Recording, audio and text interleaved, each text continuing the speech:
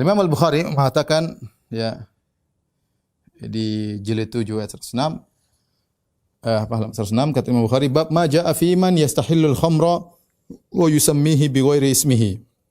Bab tentang orang yang menghalalkan khamr dan menamakannya dengan selain nama khamr. Lihat, Imam Bukhari sedang buat sebuah bab. Dan kita tahu bahwasanya fiqhul Bukhari fi tabwibihi, fikih Imam Bukhari itu berdasarkan bab-bab yang dia buat.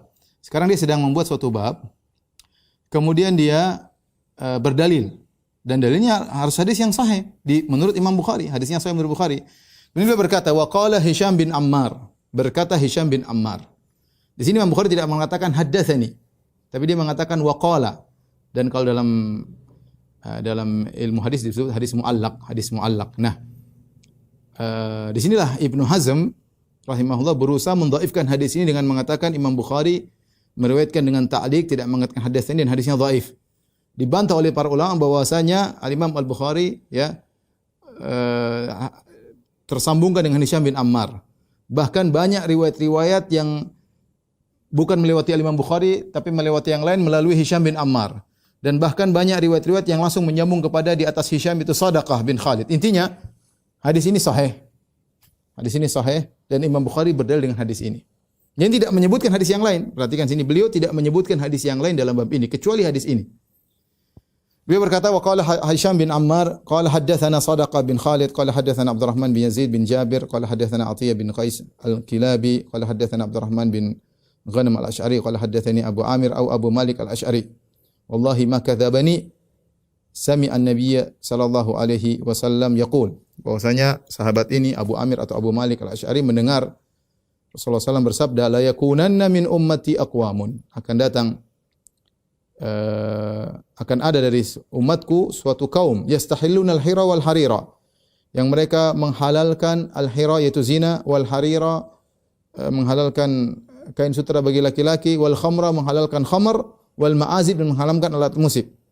Wala yanzilanna aqwamun ila jambi alamin, akan ada suatu kaum yang mereka singgah di samping gunung, samping bukit, yaruhu alaihim bisarihatin lahum, kemudian kambing-kambing mereka, ternak-ternak mereka digembalakan. Ya'tihim al-faqir li hajatin. Terus ada seorang fakir datang kepada mereka, ada keperluan, fayaqulun. Maka orang-orang ini berkata kepada fakir tersebut, irji ilaina ghadan, kembalilah kepada kami besok. Fayubayyituhumullah wa yada'ul alam. Namun pada malam hari tersebut Allah timpakan adab kepada mereka, Allah angkat gunung, Allah timpakan kepada mereka. Wa yamsahu akharin kiradatan khanazir, dan Allah merubah sebagian mereka menjadi monyet-monyet dan babi-babi ila yaumil qiyamah, sampai hari kiamat. Dan ini dalil yang sangat tegas bahwasanya alat musik itu haram dari beberapa sisi. Pertama bahwasanya Nabi mengatakan dalam rangka mengingatkan, la yakunanna, akan ada min ummati aqwamun, dari umatku suatu kaum, ya, ini peringatan ya. Dan ini tanda-tanda hari kiamat. Di antara tanda-tanda mukjizat Nabi menyebut tentang perkara yang terjadi masa depan. Di antara tanda hari kiamat adalah orang menghalalkan musik ya. Dari umatku, dari umat Nabi SAW. Jadi di zaman Nabi belum ada yang mengharamkan musik ya. Mungkin Romawi, Persia mereka sudah haramkan musik dari dulu. Tapi Rasulullah berbicara tentang umatnya. La yakunanna aqwamun min ummati, akan ada dari umatku satu kaum yang mereka istilah hira, menghalalkan zina. Kita bilang siapa sih umat Muhammad mengharamkan zina? Kita ternyata baru-baru ada seorang mahasiswa atau dosen IAIN yang kemudian menghalalkan zina, yang baru-baru heboh ya. Yang tidak kita bayangkan, ternyata memang benar-benar ada dengan berbagai macam dalih ya. Ternyata ada dari umat Muhammad yang menghalalkan zina, yang penting cocok sama cocok, yang penting bukan istri orang ya. Enggak apa-apa, bukan namanya zina ya. Bukan namanya zina, waliyadzubillah ya. Jadi boleh. Ya, jadi ternyata ada. Ini tanda-tanda mukjizat Nabi, tanda hari kiamat, dan ternyata ada di zaman kita orang Indonesia yang kemudian menghalalkan zina. Mudah-mudahan dia bertobat ya. Silhila hira wal harira, kemudian mengharamkan kain sutra bagi laki-laki, dan itu sudah banyak ya orang-orang yang kemudian mengatakan sutra halal bagi laki-laki. Wal khamra, menghalalkan khamr, dan Imam Bukhari tadi mengatakan tentang orang yang bab fiman yastahilul khamr, tentang orang yang menghalalkan khamr, wa yusammihi bi ghairi ismihi, dan menamakan khamr dengan nama yang lain. Apakah dibilang ini minuman kesehatan atau minuman ruhani atau apalah, macam-macam mereka namakan. Wal ma'azif, dan alat-alat musik. Alat musik. Jadi Rasulullah menggandingkan 4 perkara. Zina, alat sutra, kain sutra bagi laki-laki, kemudian bir dan alat-alat musik. Ini semuanya haram. Ini menunjukkan kata Nabi, yastahillun, akan menghalalkan, berarti hukumnya haram. Kemudian juga di akhir hadis Rasulullah SAW menjelaskan ada suatu kaum, entah apa yang mereka lakukan, apakah mereka berzina, apakah mereka menghalalkan sutra atau mereka minum khamar, tapi mereka dihukum oleh Allah Subhanahu wa taala dengan Allah angkat gunung, Allah timpakan kepada mereka, dan sebagian mereka dirubah menjadi babi-babi dan monyet-monyet. Mereka melakukan perkara-perkara yang haram yang sudah disebutkan oleh Nabi tadi, 4 perkara yang haram. Ini dalil sangat tegas bahwasanya musik itu haram, dan al-ma'azif dengan kesepakatan para ulama adalah alat musik. Alat musik. Taib. Hadis ini sahih. Saya katakan tadi, Al-Imam Bukhari mensahihkan hadis ini, maka dia masukkan Sahih Bukhari dan dia berdalil dengan hadis ini untuk membuat suatu bab, dan dia tidak menyebutkan hadis yang lain. Biasanya Imam Bukhari, kebiasaan beliau kalau menyebut satu bab, beliau menyebutkan misalnya hadis mu'allaq, kemudian beliau menyebutkan hadis usul, hadis utama, tapi beliau terkadang menyebutkan perkataan salaf ya, atau hadis-hadis yang mu'allaq. Ya, tapi ini tidak. Kali ini Imam Bukhari menyebutkan satu bab dan hadis ini doang. Ya, sehingga hukumnya hadis ini nyambung meskipun Imam Bukhari mengatakan qala Hisham bin Ammar ya. Meskipun Imam Bukhari mengatakan qala Hisham Hisham bin Ammar ya. Dan itu guru beliau, dan Hisham bin Ammar adalah guru Imam Al-Bukhari, sehingga dianggap sambung oleh para ulama. Oleh karena Ibnu Hajar telah membahas dalam Taghliqut Ta'liq, kemudian menyebutkan sanad-sanadnya yang menyambungkan hadis ini, dan banyak sekali ya. Sebenarnya kalau saya ada waktu, saya ingin gambar sanadnya sehingga jelas bahwa ini hadis sahih, tidak benar perkataan Ibnu Hazm rahimahullah. Tapi mudah-mudahan suatu saat ada waktu, mungkin saya dengan murid-murid saya mungkin ingin gambar sanadnya supaya jelas ya. Ya. Tapi cukuplah, tidak perlu kita gambar sanadnya, cukuplah yang mensahihkan hadis ini banyak sekali. Pertama, Imam Al-Bukhari dalam sahihnya. Kemudian yang mensahihkan juga Imam Abu Bakar Al-Ismaili dalam kitabnya Al-Mustakhraj Sahih Bukhari. Al-Imam Abu Bakar Al-Ismaili dia meriwayatkan hadisnya dalam Sahih Bukhari, tapi bukan lewat jalur Bukhari, dalam jalur lain. Jadi kalau Imam Bukhari meriwayatkan jalur ini, dia lewat jalur lain. Tetapi ini menguatkan hadis ini karena diriwayatkan dari jalur lain oleh Abu Bakar Al-Ismaili. Kemudian Ibnu Hibban juga meriwayatkan hadis dalam sahihnya. Kemudian Hafiz Ibnu Shalah juga meriwayatkan mensahihkan hadis dalam Ulumul Hadis. Badruddin Ibnu Jama'ah juga mensahihkan hadis ini ya. Kemudian Hafiz Ibnu Katsir dalam kitabnya Ikhtisar Ulumul Hadis mensahihkan hadis ini. Ibnul Mulaqin, ahli hadis. Ini ahli hadis semua ya. Kemudian juga Al-Iraqi ya, mensahihkan hadis ini juga. Badruddin Al-Aini ya, mazhab Hanafi juga mensahihkan hadis ini dalam Umdatul Qari. Ibnu Hajar Asqalani, ahli hadisnya ulama Syafi'iyah, juga mensahihkan hadis ini dalam kitabnya Taghliqut Ta'liq. Kemudian Ibnu Wazir ya juga mensahihkan hadis ini. As-Sakhawi dalam Fathul Mughith, Ahmad Syakir, Al-Albani ya, Syuaib Al-Arnaud ya. Ahli hadis zaman sekarang apa? Albani, Syuaib Al-Arnaud. Albani, Syuaib Al-Arnaud. Semua mengatakan sahih. Ya. Kemudian dibuang semua ulama ini, ambil Ibnu Hazm ya, tentu ini tidak tepat ya, itu tidak tepat, dan mereka lebih hebat dari Ibnu Hazm dalam masalah hadis, dan lebih banyak, lebih hebat, lebih banyak. Taib, kita lanjutkan. Oleh karenanya dalam haramnya musik ini adalah ijma ya. Ijma. Sepakat. Sudah disepakati ulama sebelum lahirnya Ibnu Hazm rahimahullah.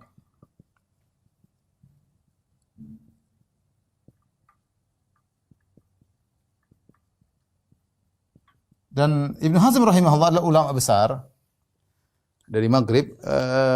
Bahkan sebagian ulama Syafi'iyah menganggap penyelisihan Ibnu Hazm tidak dianggap dalam banyak hal, karena dia banyak menurut mereka nyeleneh, sehingga penyelisihan tidak dianggap.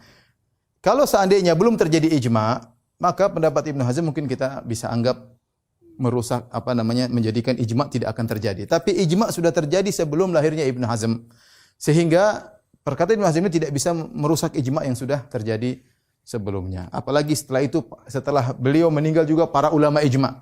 Jadi terjadi ijma sebelum dan sesudahnya. Ya, saya ulangi, terjadi ijma'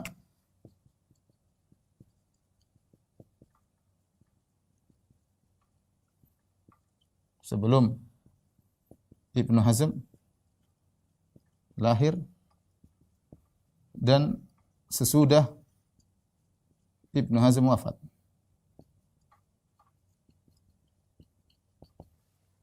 Jadi mau tidak mau kita tahu bahwasanya kalau sudah ijma itu perkataan lebih kuat, sangat kuat. Berarti sepakat, bukan hanya sekedar haram saja, tapi sepakat ulama ya bahwasanya ini ijma ya.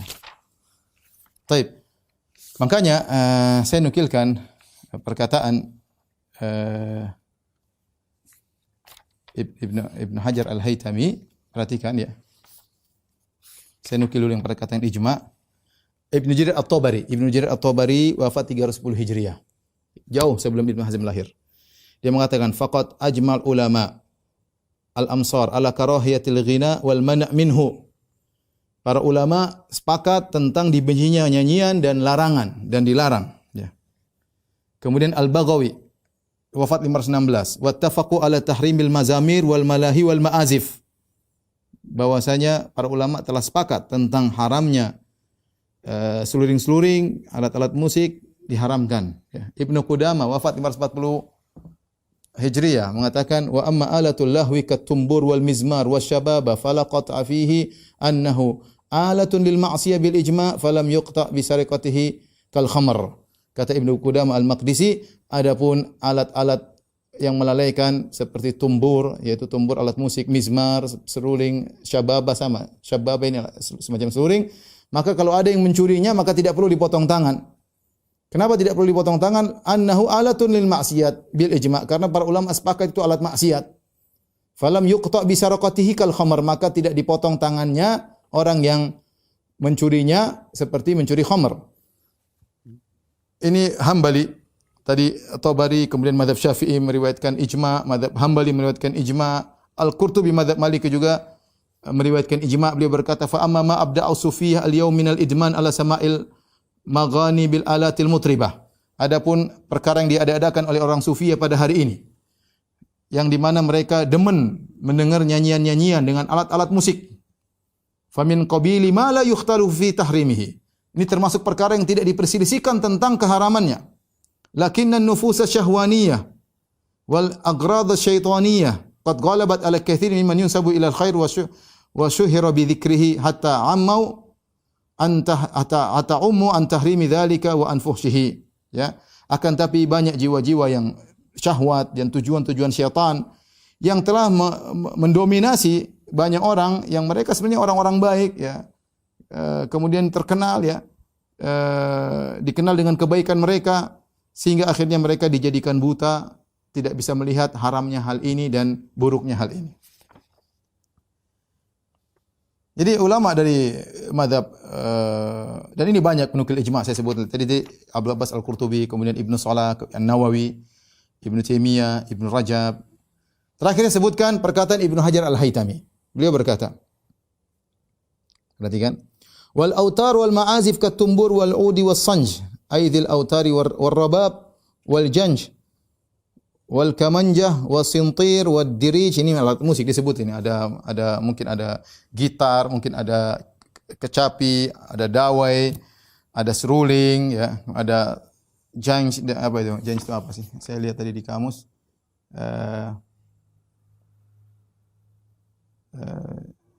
Ada sintir, semacam alat musik sebenarnya terbuat dari tembaga ya.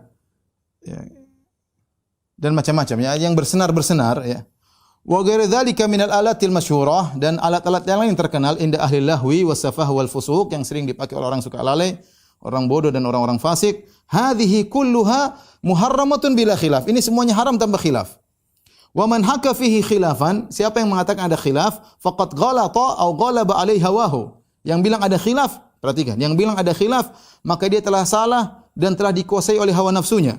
Hatta asammahu a'mahu, sehingga hawa nafsunya membuat dia tuli dan buta. Wa mana'ahu dahu, sehingga dia terhalangi dari ikut petunjuk yang biasa dia jalani. Wa zalla an sunani taqwahu, dan dia akhirnya tergincir dari ketakwaan yang biasanya dia melakukannya ya. Jadi ini ijma' para ulama tidak diragukan bahwa hukumnya haram, selesai hukumnya haram, mau diapain juga ijma. Adapun perkataan ulama Syafi'iyah maka sangat banyak, hanya saja waktu kita terbatas ya. Tapi disebutkan misalnya perkataan Imam Syafi'i rahimahullahu taala, beliau mengatakan tentang hukum potong tangan bagi orang yang mencuri, beliau berkata, "Fa kullu ma lahu thaman hakadha yuqta'u fihi." Semua perkara yang dicuri kalau punya harga, harganya balagha qimatu rubu' dinar, kalau harga barang tersebut harganya seperti 1/4 dinar, yaitu kira-kira 1 gram lebih dikit. Ya, misalnya 1 gram sekarang harganya 1 juta. Kalau ada barang yang dicuri nilainya sekitar 1 juta, apakah mushafan dalam bentuk mushaf, kana au saifan atau pedang, au ghairahu mimma yahillu thamanuhu, yang barang-barang tersebut halal untuk dijual belikan, fa in saraka maka harus dipotong.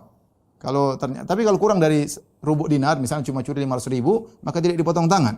Selama dengan syarat mimma yahillu thamanuhu, dari perkara-perkara yang dicuri tersebut perkara-perkara yang halal. Fa in saraka khamran, adapun jika dia mencuri khamr, bir, au khinziran, atau dia mencuri babi, lam yuqta, maka tidak dipotong tangannya, li anna hadza haramu tsaman, karena ini barangnya haram harganya.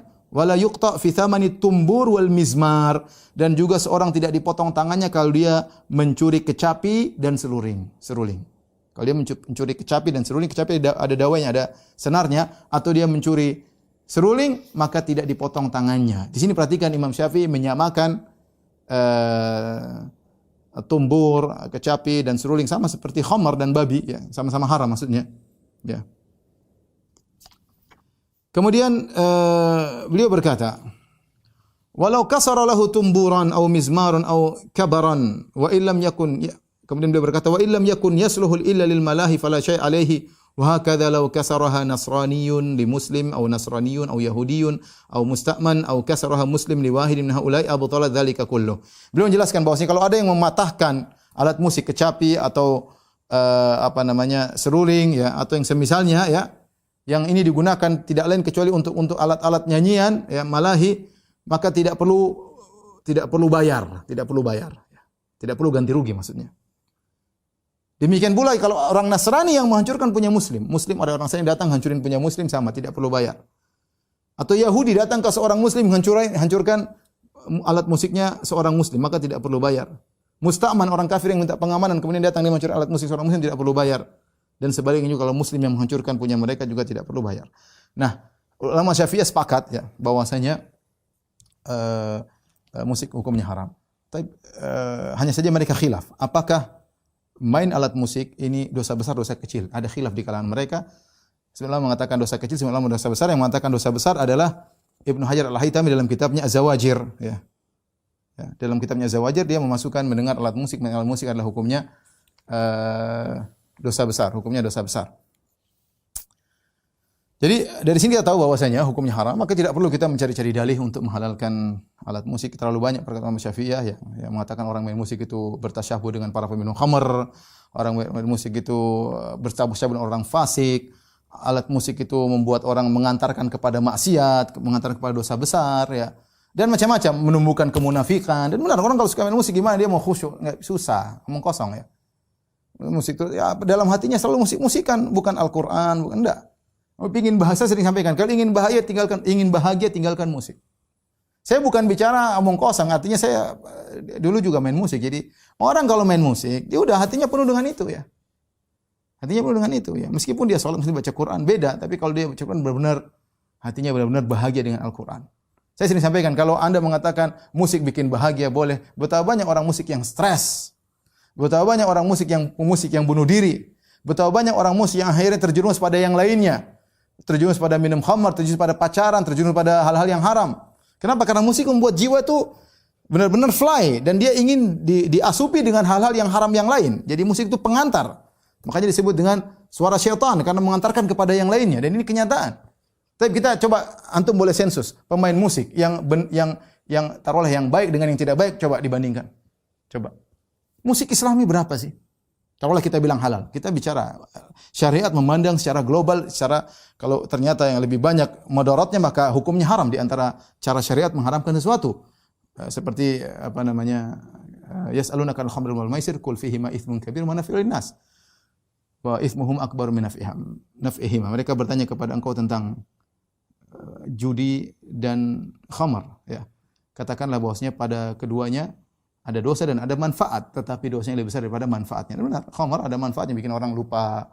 Kalau stres minum khamar bisa hilang lupanya, tapi haram, dosanya lebih besar. Kalau kita bilang musik halal juga, taruhlah, kita jujur ya, kita bandingkan pemain musik yang baik, yang genah dengan yang tidak genah, coba. Yang dangdutan, yang rapper, yang rusak